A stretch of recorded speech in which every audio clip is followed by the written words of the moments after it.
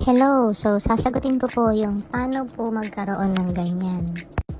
I-copy nyo lang po yung link na nilagay ko sa comment. Long press para makopy tas paste sa Google Chrome. Tapos dito kayo mapupunta sa page na yan. So para dumami yung options nyo, i-click nyo yung filter.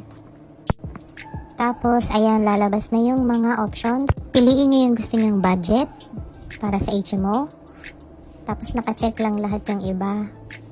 So, pinapakita lang uli yung category, and pili kayo ng budget. And then, under category, piliin nyo dapat yung all. Tapos, lalabas na, ayan, madami na kayong pwedeng pagpilian na plan.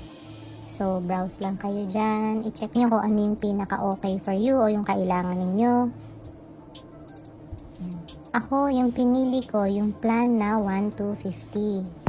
So, ayan, makikita nyo nakalagay, coverage up to 100,000 for inpatient. Ibig sabihin, pag na-hospital kayo, outpatient for check-up and emergency services. So, view details. So, ayun nga nakalagay, coverage is available for the principal, kayo yun, yung spouse or asawa, and parents aged 18 to 60 years old, with renewals allowed up to 65 years old. So, children, pwede na rin from 30 days to 22 years old or pati yung mga kapatid, pwede rin.